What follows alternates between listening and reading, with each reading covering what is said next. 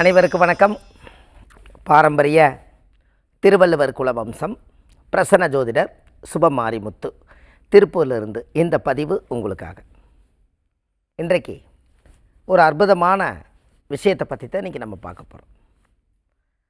இந்த ஆதிகால பரிகாரத்தில் ஒரு பெரிய விஷயம் என்னென்னு கேட்டிங்கன்னா, தமிழ்நாடு முழுவதும் கோவில்கள் ஒவ்வொரு கோவில்களும் எதற்காக கட்டி வச்சுருக்கிறாங்க அப்படிங்கிற ஒரு ஆராய்ச்சி தான் இந்த காலகட்டங்களில் போயிட்டுருக்கு.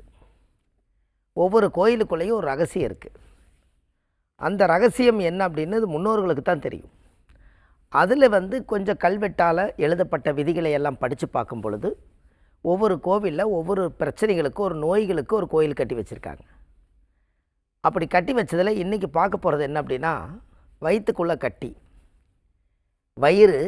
வயிற்றில் கட்டி.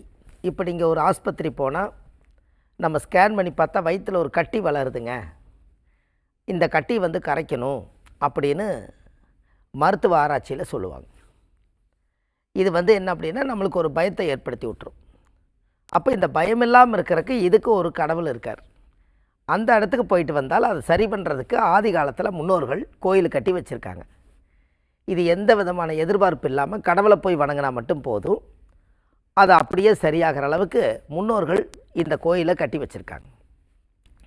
இப்போ நீங்கள் நினச்சி பாருங்கள், வயிற்றில் அதது உறுப்புக்கு அதது இடம் உள்ளே இருக்குது.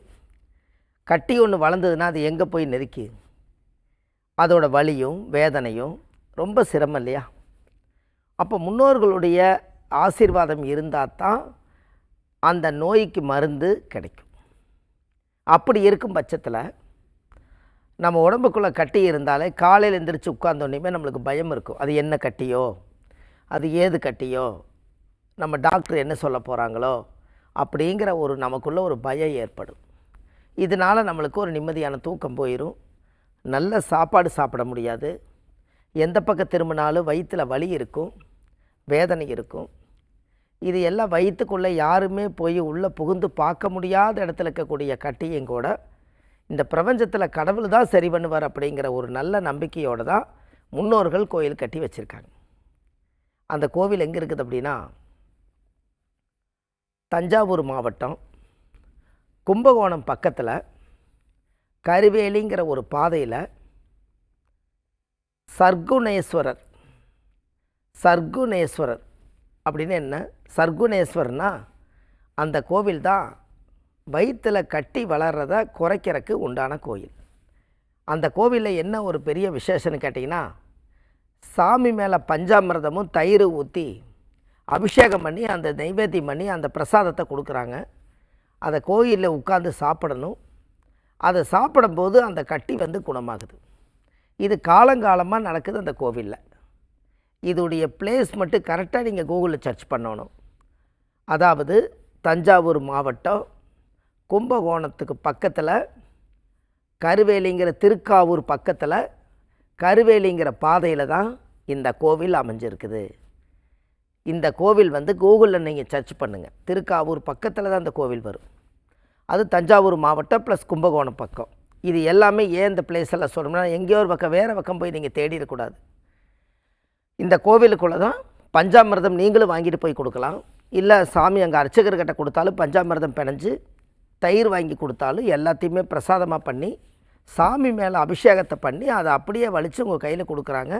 யாருக்கெல்லாம் வயிற்றில் கட்டி இருக்குதோ அந்த கட்டியை குணமாக்க வேண்டியது கடவுளோட கடமை. பாருங்கள் எவ்வளோ ஒரு அற்புதமான விஷயம்னு பாருங்கள். இந்த மாதிரி ஒரு 50-60 வருஷத்துக்கு முன்னாடி மருத்துவத்துக்கு விஞ்ஞானமே கொஞ்சம் அதிகமாக பிறக்காத காலத்திலேயே கடவுள் தான் நம்மளுக்கு வைத்தியம் பார்த்துருக்கார். எப்படின்னு பாருங்கள். இப்போ நம்மளுக்கு எத்தனை கருவிகள் இந்த உலகத்துக்கு வந்துருச்சு. ஒவ்வொரு மனிதர்களும் உண்மையாலுமே ரொம்ப புத்திசாலி. எப்படி ஒவ்வொருத்தரும் ஒவ்வொரு அங்கங்களை கண்டுபிடிச்சி இன்றைக்கி மிகப்பெரிய ஒரு ஹாஸ்பிட்டல் கட்டி இத்தனை மக்களுக்கு விஞ்ஞானபூர்வமாக எல்லாரும் உயிர்களையும் காப்பாற்றுறாங்க. அப்போ இதெல்லாமே கொஞ்சம் காலங்காலமாக 60-70 வருஷமாக இது நடக்குது. ஆனால் இதுக்கு முன்னாடி கோவிலில் இருக்கக்கூடிய கடவுளுக்கு அந்தந்த சிவலிங்கத்துக்கு பெருமாளுக்கு அந்த வைப்ரேஷன் பவரை கடவுளே கொடுத்து அது வழியில் அது மேலே வச்சு ஒரு பொருள் எடுத்து சாப்பிட்டா இந்தந்த நோய் குணமாகுங்கிறத ஆதி காலத்திலே பிரிச்சிருக்காங்க. அப்போ அந்த காலத்தில் கட்டி இருக்குதுன்னு அப்போ அந்த காலத்திலே தெரியுது வயிற்றுக்குள்ளே.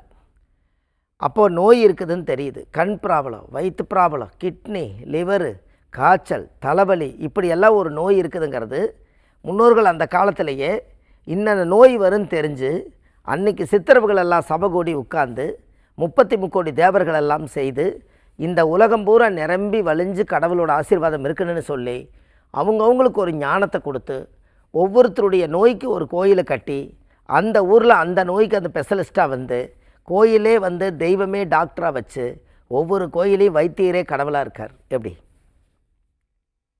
இது சரியான ஆச்சரியமாக இருக்குது.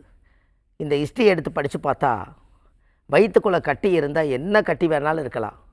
ஆனால் அந்த கடவுள்கிட்ட போய் பிரசாதம் சாப்பிடும்போது கரையுதே, இது ஆச்சரியமாக இருக்குது.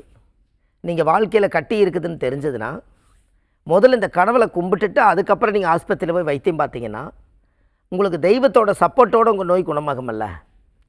அப்போ இந்த கோவில் தெரியாமல் எத்தனை பேர் தத்தளிப்பாங்க? இப்படியெல்லாம் இருக்குதுங்கிறது ஒரு சொல்கிறதுக்கு ஒருத்தர் வேணும்.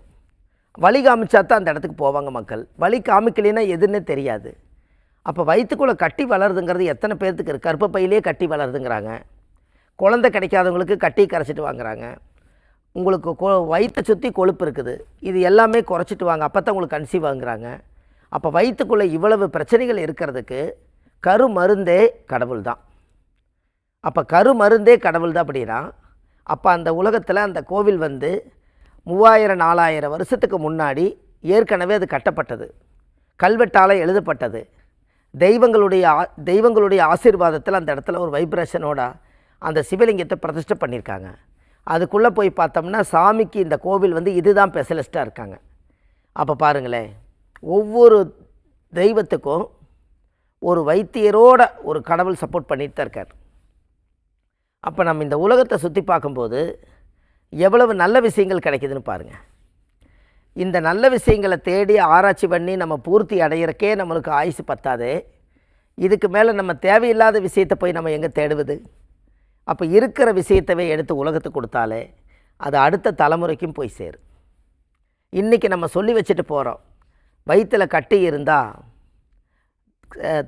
அதாவது சர்க்குணேஸ்வர கோயிலில் போய் அபிஷேகமும் தயிர் சாதமும் தயிர் பிரசாதம் வாங்கி சாப்பிட்டு வந்தால் நீங்கள் நல்லா இருப்பீங்கன்னு இப்போ நம்ம சொல்லிட்டோம். இது எல்லாருக்கும் போய் சேரும் அல்லவா? அப்போ எல்லோரும் வயிற்றில் யாருக்கெல்லாம் கட்டி வளருதோ அவங்க வாழ்க்கையில் ஒரு முறை அந்த கோயிலுக்கு போயிட்டு வந்தால், அந்த கடவுளை பார்த்துட்டு வந்தால் இன்னும் கொஞ்சம் பயமில்லாமல் நீங்கள் வைத்தியம் பார்க்கலாமல்ல. இதுதாங்க நம்மளோட வாழ்க்கையில் இந்த உலகத்தில் இறைவன் கொடுக்க நினைப்பதை மனிதன் தடுக்க முடியாது. எப்படி இருந்தாலும் அந்த கடவுள் உங்களை வந்து கூப்பிட்டுக்குவார். இது நம்பிக்கையோடு போய் செய்யுங்க, நல்லதே நடக்கும். இது எல்லாமே இந்த ஆதிகால பரிகார புத்தகத்தில் நான் கொடுத்துருக்கேன். A4 சைஸு 1736 பரிகாரங்கள் கொண்ட மிகப்பெரிய புத்தகம். இந்த புத்தகம் வந்து ஆன்லைன்லேயே உங்களுக்கு 2 நாளில் கிடைக்கிது. கீழே போயிட்டு நம்பர் கால் பண்ணிங்கன்னா கிடச்சிரும். இது இல்லாமல் நம்ம ஜோதிடம் பார்க்குறோம், பிரசன்னம் பார்க்குறோம். சென்னையில் வடபழனி முருகன் கோயில் தெப்பக்குள வாசல்லையே நம்ம ஜோதிட அலுவலகம் இருக்குது. அங்கே சனிக்கிழமை, ஞாயிற்றுக்கிழமை, திங்கக்கிழமை நம்ம ஜோதிடம் பார்க்குறோம். மற்ற தினங்கள் திருப்பூரில் பார்க்குறோம்.